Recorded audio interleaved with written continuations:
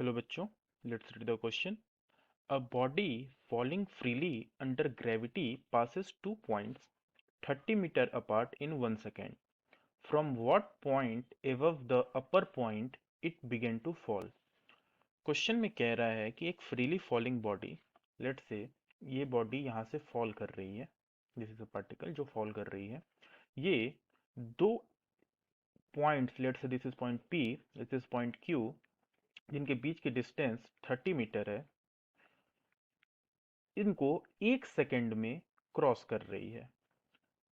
यानी ये starting point है और कहीं भी ये पॉइंट P एंड Q है जिसके बीच की डिस्टेंस 30 मीटर है, तो इनको ये 1 सेकंड में क्रॉस कर रही है। तो पूछ रहा है कि पॉइंट P के कितने ऊपर से इस बॉडी ने अपनी जर्नी को स्टार्ट किया होगा। तो लेट से हम मान लेते हैं कि अगर t इज इक्वल टू 0 पे इसने अपनी जर्नी स्टार्ट करी है, तो P पॉइंट को इसने t सेकंड में क्रॉस किया होगा और Q पॉइंट को इसने t प्लस 1 सेकंड में क्रॉस किया होगा।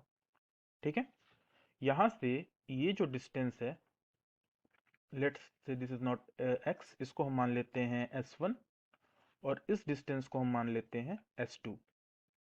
तो अगर हम इक्वेशन लिखना चाहें, क्योंकि फ्रीली फॉलिंग बॉडी है तो इनिशियल वेलोसिटी जीरो होगी, s2 minus s1 will be half g into T plus 1 का square minus half G T square, क्योंकि इसमें p तक आने में टाइम t लग रहा है और इसमें t प्लस 1 लग रहा है।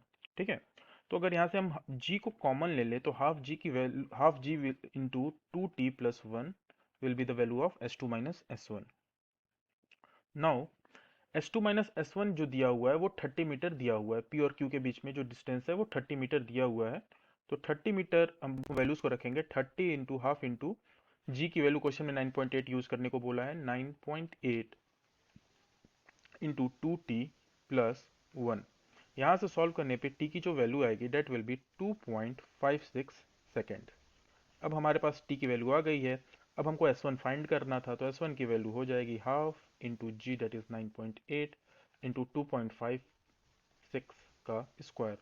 सॉल्व करने पे S1 की वैल्यू आएगी 32.1 metre, that is option A. I hope you understood it well. All the best.